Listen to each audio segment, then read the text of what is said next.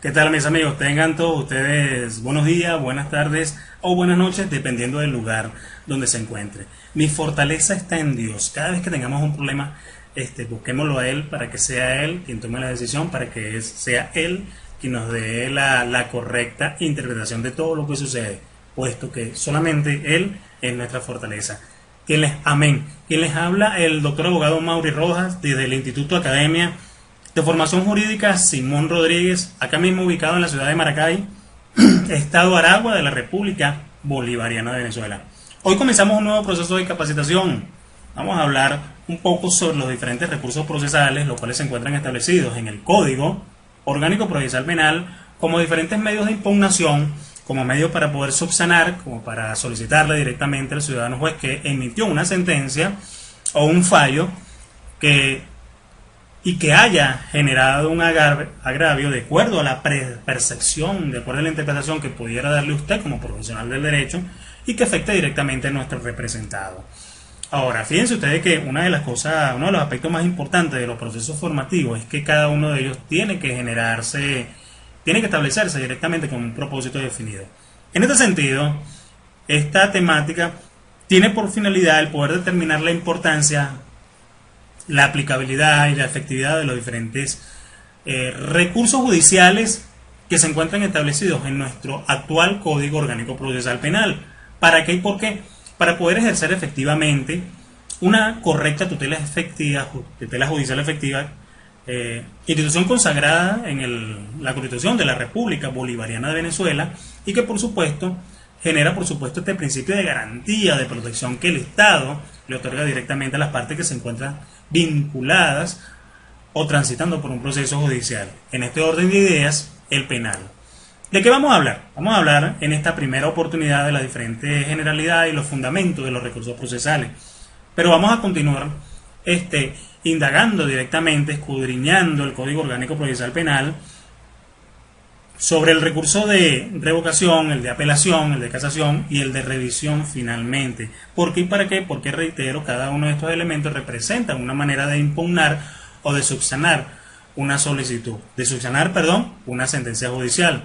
Ahora, el recurso procesal o los recursos procesales pueden ser definidos de muchas maneras. Hay quienes lo llaman impugnación, hay quienes lo llaman medios para reclamar y todo ello es correcto. Usted como profesional del derecho está en el deber de, por supuesto, generar una interpretación o una forma de conocimiento, de ser productor de dimensiones de conocimiento de orden jurídico que permita a toda la comunidad jurídica poder tener una postura o una visión diferente. Pero en este sentido, los recursos básicamente representan todo medio que concede la ley procesal. Vean ustedes que establece directamente en qué área o en qué escenario se pueden interponer los recursos en todas las diferentes esferas legales de orden procesal. Es decir, que los recursos se establecen directamente se encuentran establecidos en el Código Orgánico Procesal Penal, en la Ley Orgánica del Trabajo, en el Código de Procedimiento Civil, insisto, dentro de la atmósfera completamente procesal. ¿Para qué? Para lograr una impugnación de las diferentes decisiones o las resoluciones judiciales a efectos de subsanar los errores de fondo y los vicios de forma en la que haya incurrido el ciudadano juez al momento de dictarla. Insisto que el recurso únicamente procede a los fines de subsanar una decisión o una resolución judicial, pero también puede ser considerado un recurso como una forma de reclamación que solicita la revisión directamente de un proceso para poder garantizar la corrección de un procedimiento. Y puede ser ordinario o extraordinario. Estas dos últimas frases o términos las vamos a indagar más adelante, puesto que hablamos de un proceso ordinario cuando directamente se desarrolla o usted tiene una praxis directamente dentro de las diferentes fases del código del procedimiento penal venezolano, o extraordinario cuando existe la necesidad de recurrir a una instancia superior para que conozca de la causa. ¿Qué es un recurso? Un recurso básicamente representa la oportunidad procesal de acudir regulada, de acudir de forma pertinente, de acudir de acuerdo a los lineamientos establecidos directamente en el Código Orgánico Procesal Penal por supuesto, dentro de las diferentes reglas del debido proceso que nos establece nuestra propia Constitución de la República Bolivariana de Venezuela, ante una autoridad judicial superior a la que tomó la decisión en primera instancia. ¿Para qué? Para poder someter directamente todo o en parte de la actuación judicial. ¿Con cuál fin? Con el fin de procurar la atención directamente de las posiciones, de las partes inconformes con la sentencia, o bien para poder garantizar la efectividad de los derechos de las partes que disienten lo resuelto. Y esto es una sentencia que ya se encuentra regulada o establecida en la número 231 directamente de la Sala de Casación Penal. Reitero que la finalidad de los recursos básicamente será procurar la atención de las partes en sus diferentes posiciones, y por supuesto cada una de ellas muestra su interés de que la sentencia sea anulada, sea corregida, sea subsanada, sea impugnada, porque consideran que ésta genera o representa una forma de agravio para sus derechos, o que lesionan directamente sus derechos. Ahora, fíjense, todo abogado, esto es importante que lo reconozcamos todos los profesionales del derecho, debemos apoyarnos directamente, no solamente en las normas nacionales que regulan la materia penal, sino también aquellas que de forma de orden internacional también soportan directamente nuestras actuaciones, específicamente en las relacionadas al debido proceso y evidentemente al momento de recurrir a una sentencia que haya emitido directamente algún juez en las instancias pertinentes. Y me estoy refiriendo muy puntualmente a la Declaración Americana de los Derechos y Deberes del Hombre en Bogotá, Colombia, de 1948, también la Declaración Universal de los Derechos Humanos, establecida por las Naciones Unidas el 10 de diciembre del 48 también, la Convención Americana sobre los Derechos Humanos en el Pacto de San José de Costa Rica, el Pacto Internacional de los Derechos Civiles y Políticos en Nueva York del 19 de diciembre del año de 1966. Entonces, cada uno de estos instrumentos internacionales o convenios, tratados internacionales, sirven de apoyo para poder generar un proceso de argumentación jurídica sumamente sólido y que por supuesto no extraoratoria, apegada por supuesto y soportada por la aplicación correcta de la teoría del caso, pueda ser directamente explanada o expuesta ante el tribunal que tenga la competencia de conocer la causa o que esté ya conociendo la causa. Entonces me gustaría que todos estuviéramos muy pendientes de todo ello, porque no solamente debemos apoyar nuestra praxis profesional dentro del escenario judicial penal en la legislación nacional, sino que también los diferentes tratados o normas internacionales que apoyen directamente nuestra petición son completamente necesarios y fortalecen, reitero, nuestra pretensión. Muchos se preguntarán cuál es el rango que tienen los diferentes recursos que se encuentran establecidos en el Código Orgánico Procesal Penal. Tenga usted presente, o tengan ustedes presente, que el artículo número 49 de la propia Constitución establece que el debido proceso se aplicará directamente a todas las instancias procesales. Reitero, el debido proceso deberá establecerse y deberá seguirse, deberá respetarse en todas las instancias procesales, la civil, la penal, la administrativa, la laboral.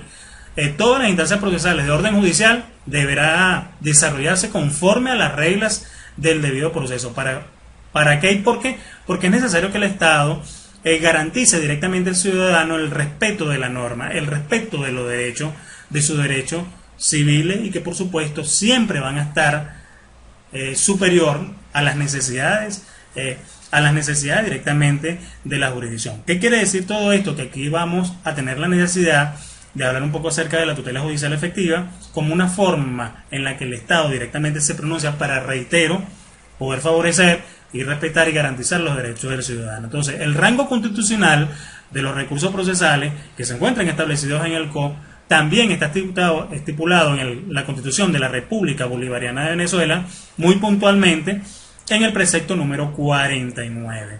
Ahora, ya hablando propiamente de los recursos procesales que representan una forma de impugnabilidad objetiva, el mismo artículo 423 del Código Orgánico Procesal Penal, en concordancia con el artículo 49, numeral 1 de la Constitución de la República Bolivariana de Venezuela, nos determina que las decisiones judiciales solamente podrán ser recurribles por los medios y en los casos expresamente por los leyes.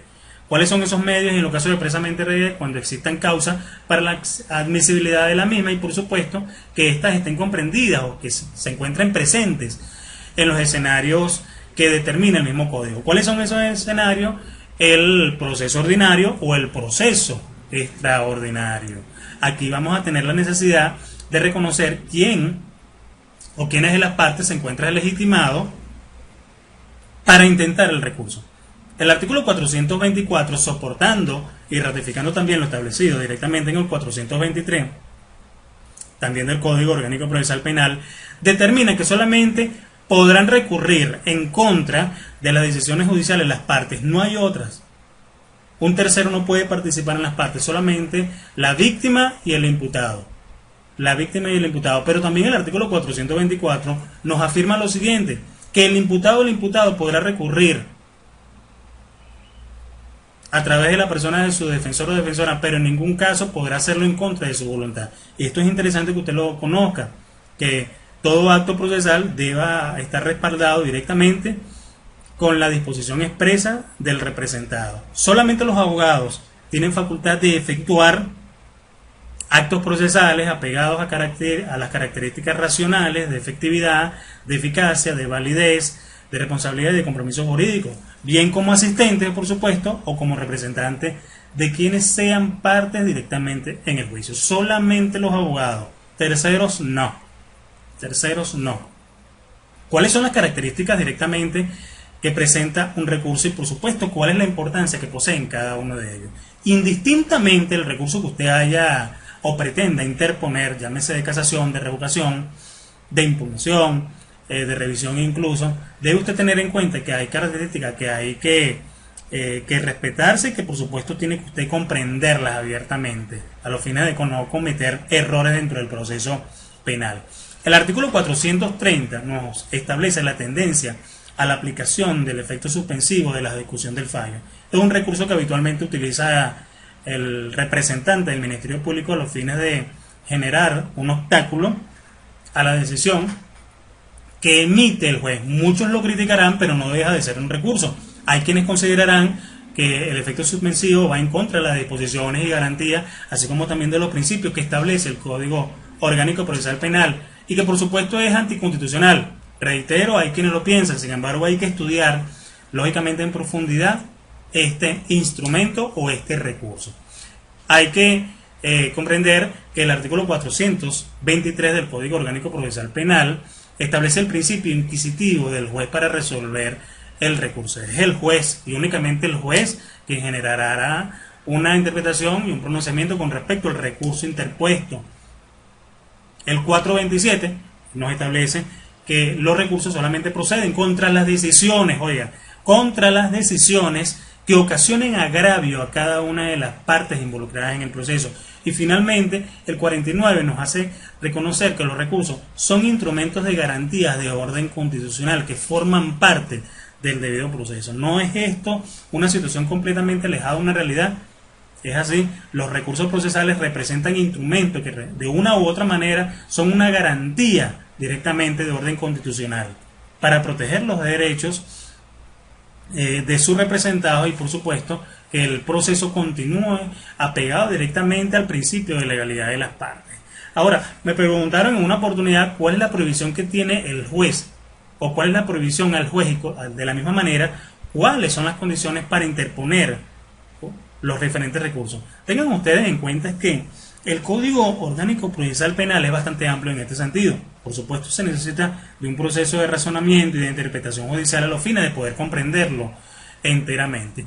Tanto el 425 como el artículo 426 del referido código nos señalan inicialmente que los jueces o las juezas que pronunciaron o concurrieron directamente a dictar la decisión no podrán intervenir en el nuevo proceso. ¿Por qué? Porque fueron ellos los que generaron la sentencia, fueron ellos los que se pronunciaron directamente en esta resolución judicial, y es precisamente esta resolución la que está siendo o la que pretende ser impugnada. El artículo número 26 nos determina que los recursos se interpondrán en las condiciones de tiempo y forma que se determine directamente en el Código Orgánico Procesal Penal. Directamente se tiene que establecer o se tiene que indicar cuáles son los puntos impugnados de esa decisión, cuáles de esos pronunciamientos o cuál de esa emisión, de esa consideración, de ese dictamen es lo que lesiona al derecho de su representado. Es por ello que existen requisitos de fondo que se tienen que considerar. Cuando hablo de fondo me estoy refiriendo directamente a las consideraciones que usted como abogado va a emplanar de una forma escrita a los fines de generar, a los fines de generar un estado de admisibilidad directamente de su pretensión. Óigase que las partes no podrán impugnar las decisiones judiciales que les sean desfavorables. O sea, sería algo ilógico, ¿verdad? Se solicita la impugnación de todo aquello que cause un daño, que todo aquello que genere un agravio directamente a su representado. El imputado podrá siempre impugnar una decisión judicial en los casos en los que se lesionen las disposiciones constitucionales o legales sobre su intervención, sobre su asistencia, sobre su representación, aunque haya directamente contribuido directamente a provocar un vicio objeto del recurso. ¿Qué quiere decir todo esto? Reitero que el principio de igualdad de las partes se encuentra presente y ampara a nuestro representado en todo estado y grado del proceso. Entonces, tengan ustedes presente que estos requisitos de fondo deberán ser cumplidos y satisfechos al momento de interponer este recurso, a los fines de no generar la interposición directamente a nivel judicial sobre las diferentes causales de inadmisibilidad, entre otros aspectos que considerar. Y todo esto, por supuesto, se aplica al efecto suspensivo, se aplica directamente al efecto extensivo, se aplica directamente a la competencia que tiene el juez que regula la norma, que regula la materia, y por supuesto las diferentes formalidades que van a estar siempre presentes al momento de interponer el recurso como un instrumento. Uno de los aspectos interesantes también de esta temática es el hecho de reconocer que los diferentes recursos procesales se encuentran clasificados. Recuerdan ustedes que les había comentado que están presentes de forma ordinaria y también de manera extraordinaria. Pues bien, los recursos que están presentes o los diferentes tipos de recursos que usted puede presentar ordinariamente son el recurso de revocación y el recurso de apelación. Y de manera extraordinaria el de casación y el de revisión. Los dos primeros, es decir, los que usted puede desarrollar dentro de las diferentes fases del proceso, ordinariamente hablando, el de revocación y el de apelación. El primero de ellos es el recurso de revocación y este solamente procederá contra los autos de mera sustantación a los fines de, reitero, a los fines de que el tribunal que los dictó examine nuevamente la cuestión y dicte la decisión que corresponda. Solamente para eso, muy diferente a lo que pudiera ser considerado al momento de interponer o de activar el recurso de apelación, que es el llamado medio de impugnación por excelencia utilizado en esta fase ordinaria o en esta instancia ordinaria y es a efecto devolutivo. Ahora, el recurso de casación y el de revisión es aquel empleado directamente a nivel extraordinario. El primero de ellos es el de casación, es el medio de impugnación que solo procede por motivos de derecho previstos en la ley. Una parte postula la revisión de los errores jurídicos atribuidos directamente a la sentencia y todo ello siempre estará revestido de notables formalidades. Estas formalidades son las que estipula directamente el código, que contemplen todos los requisitos que incluso se encuentren plasmados. Entre ellos, recuerde usted una correcta interpretación de la teoría del caso, medio probatorio y por supuesto un contenido de fondo ampliamente sólido. Ahora, el recurso de revisión es un recurso, es el único medio procedente contra la sentencia firme. No es contra el pronunciamiento judicial propiamente, ¿sí? Es contra la sentencia firme, es decir, que ha pasado por la autoridad de cosas juzgadas y procede en todo estado o en todo tiempo únicamente a favor del imputado. Tenga usted presente que el artículo 462 también nos estipula esta situación. Entonces la revisión, por supuesto, debe interponerse inmediatamente, directamente directamente para las sentencias firmes. Directamente para las sentencias firmes. Ahora, nuestra norma orgánica, es decir, nuestra norma adjetiva nos establece los diferentes requisitos de forma y de fondo. Uno del primero de ellos, que es el de forma, están estipulados directamente en el 428. Vamos a hablar directamente de 4 situaciones completamente abiertas. La primera de ellas, cuando la parte que lo interponga carezca de legitimación. Ya los habíamos comentado con anterioridad que solamente las partes en el proceso tienen ese derecho. víctima e imputado por sus apoderados judiciales, debidamente autorizados por la ley. Solamente pueden intervenir cuando el recurso se interponga directamente de forma extemporánea, y esto representa una forma de inadmisibilidad. Una forma de inadmisibilidad cuando es colocado, cuando es interpuesto, cuando es presentado de forma extemporánea. Por supuesto, ha vencido los diferentes lactos, el lacto se encuentra fuera de tiempo, y también puede considerarse como una forma de inadmisibilidad de su recurso, de este escrito, de esta pretensión, cuando la decisión que se recurre directamente sea completamente inexpugnable. Un ejemplo de ello, cuando usted esté recurriendo a un fallo que favorezca los derechos de su representado. Cuando incluso las anteriores causas no se encuentren completamente apegadas a la norma. Son las diferentes disposiciones que genera el código. Pero también usted tiene que considerar los requisitos de fondo, los cuales están establecidos en el artículo 427, y establece los agravios. Las partes solamente podrán impugnar las decisiones judiciales que les sean completamente desfavorables. Solamente las decisiones que no les sean favorables. ¿Cuáles son los efectos legales de los recursos? Todo recurso, por supuesto, toda acción genera una consecuencia. En este sentido, los recursos también generan un efecto legal para su representado, tanto para el efecto extensivo, un efecto suspensivo, el desistimiento. Todo ello, por supuesto, va a estar ligado a una correcta articulación de los diferentes preceptos que se presentan directamente en el Código Orgánico Procesal Penal. Fíjense ustedes que el 429 del mismo código señala lo referido al efecto extensivo. ¿Qué quiere decir esto? El efecto extensivo procede únicamente cuando en un proceso, existan varios imputados o se esté en presencia de delitos conexos. Totalmente diferente a lo que se genera o al efecto que propicia el efecto suspensivo, que está estipulado en el artículo 430 y que establece o determina que en la interposición del recurso, este suspenderá directamente la decisión o la ejecución de la decisión, salvo expresamente se disponga lo contrario. Reitero que el efecto suspensivo es ampliamente utilizado por la representación fiscal. Pero también recuerden ustedes que el 430, también vinculado al efecto suspensivo, nos habla del desistimiento. Entonces las partes o sus representantes podrán desistir directamente de los recursos interpuestos por ella sin perjudicar a los demás recurrentes, pero cargarán directamente con las costas según correspondan. Todo esto directamente en concordancia con el 431 y el 264, este último del Código de Procedimiento Civil. Ahora fíjense ustedes que lo anterior fue algo bastante interesante, y es por ello que cada uno de nosotros como profesional del derecho deberá conocerlo con amplitud. El reconocimiento pleno de los diferentes recursos procesales representa una fortaleza.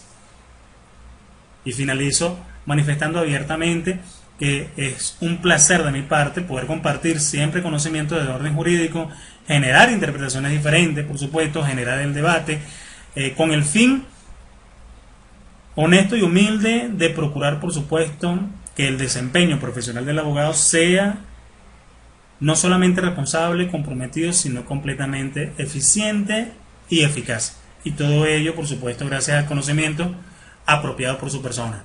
Dicho esto, mis estimados profesionales, sean ustedes siempre bienvenidos nuevamente a la casa del Señor. Y recuerden ustedes, mi fortaleza está en Dios, tu fortaleza está en Dios. Se les quiere hoy, se les quiere mañana, se les quiere siempre. Dios les bendiga.